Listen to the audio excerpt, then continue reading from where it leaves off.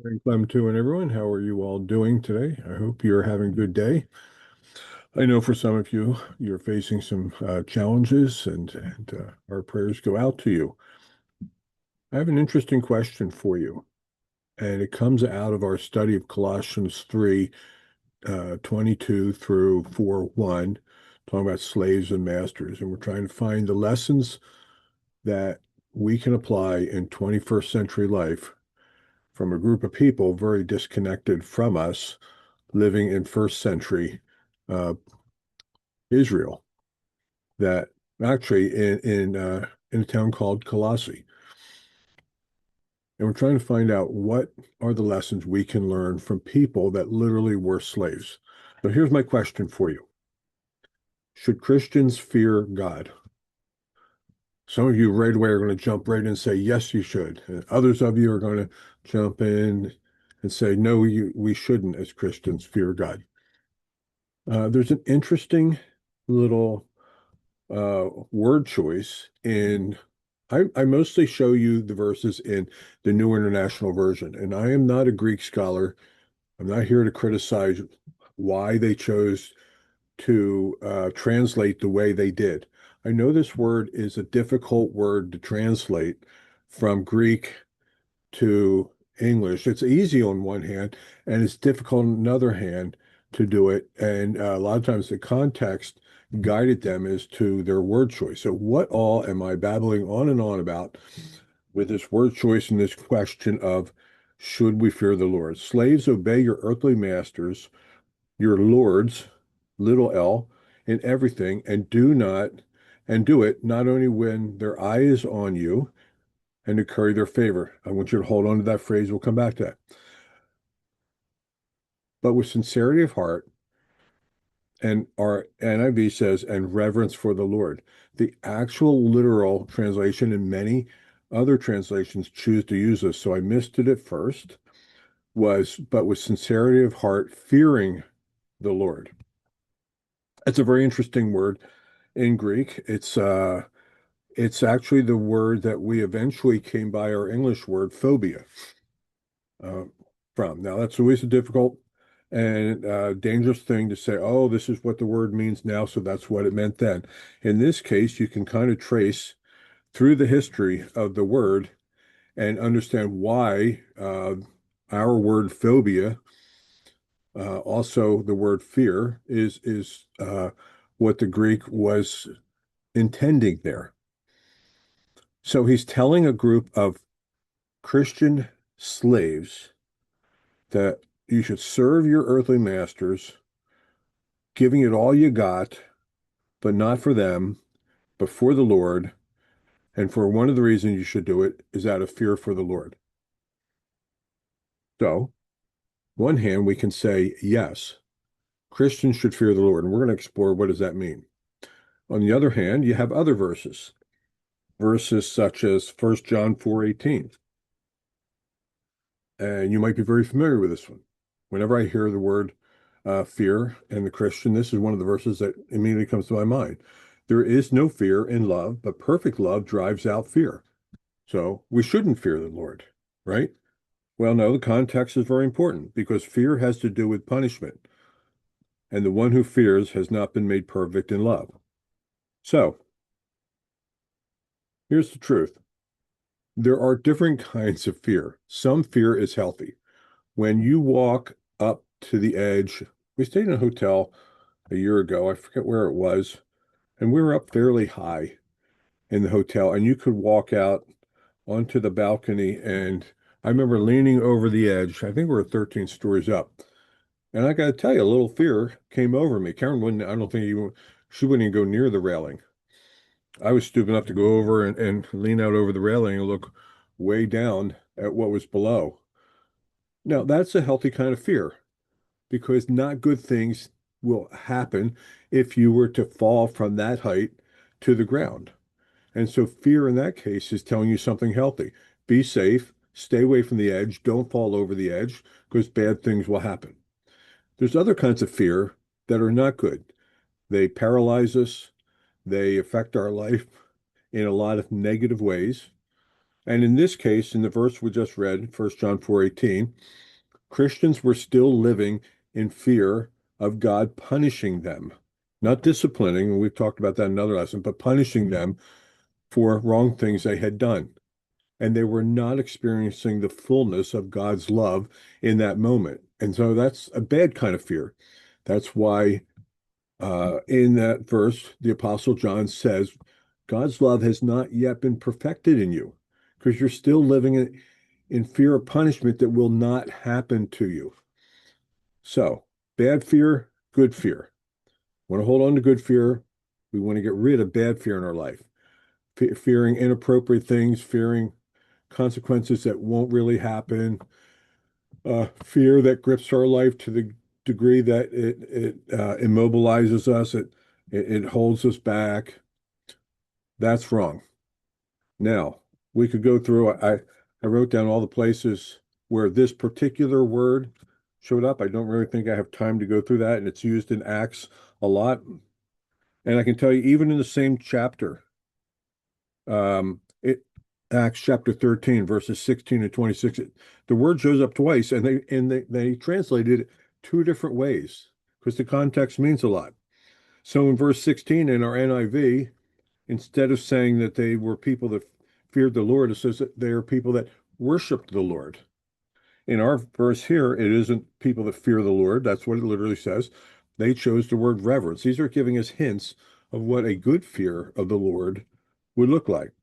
And yet in verse 26, he calls the same people God-fearing Gentiles, which was a good thing. It wasn't a bad thing. So what is it?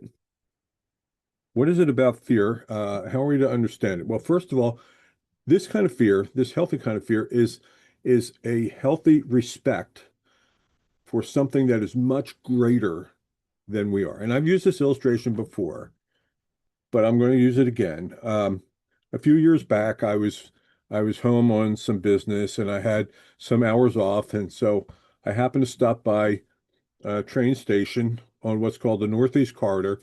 It's a high-speed rail line that runs from Boston down to Washington, goes right through Philadelphia. Um, and I know the trains go by that station fast, so I did it on purpose. And I think they do 125, they might do 150 miles an hour. They're going really fast. And a train is a lot bigger than me, and I like trains. So I thought, I'm going to stand by the edge of the platform when the train goes by, behind the, the yellow or white line that they have there, the safe zone. But I'm going to stand there and try to stand as close as I can to this thing that I like as it goes by me really fast. I have to tell you, as that train got close, I instinctively stepped away from it. Why? Because it's good to have a healthy respect of an object that weighs many, many tons, made of very hard material, that if it was to collide with me, would not end well for me. It doesn't mean that it's bad. It's perfectly good. It's just a train. It transports people from one place to another. I've ridden the train. It's a good thing. And I have an interest in the technology of the train. But it's good for me to, at the same time that I admire it, to also fear it. That's what we're bringing over to the Lord. It's not that the Lord will crush us, it's that the Lord could crush us, but he's not going to. And so we have this healthy respect, at the same time, reverence for the Lord. It, I hope this is making sense. There's a healthy kind of fear of the Lord that we ought to retain and hold on to. He is huge. We are little.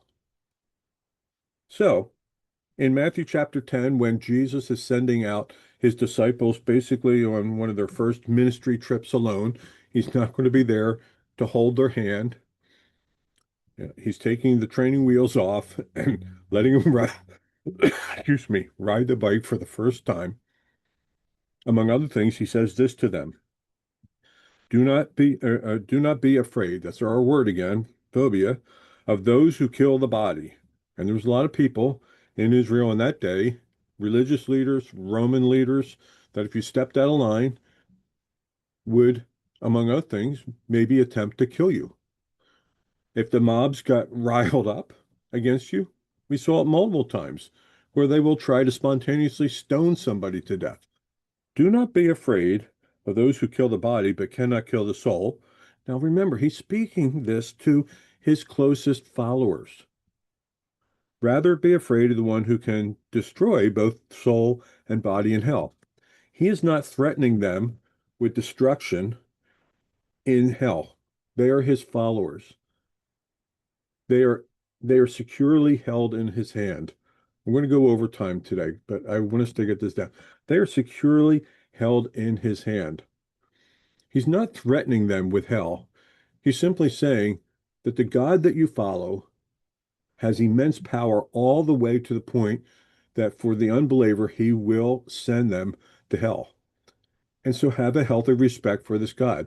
How does this work out with slaves? Well, don't be afraid of your slave master. He can do awful things to you. Don't be afraid of him, but serve with sincerity of heart, fearing the Lord, knowing that you are serving the Lord and he is so much greater than you are. Anyone who does wrong will be repaid for wrongs, for there is no favoritism. How do we know that?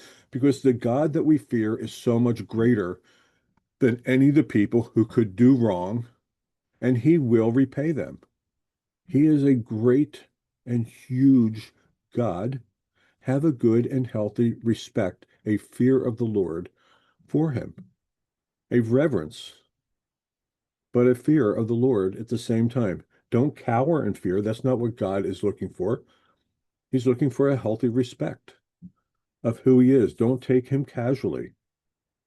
I think of I think of that, and I think of this Matthew 10:28 in just in my own life as a minister, and how many times I've done funerals, and I've had to stand before a room full of people, many of whom are not Christians, and in some cases are antagonistic. They're against Christianity, and for some good reasons why in the history I understand, are very antagonistic towards Christianity.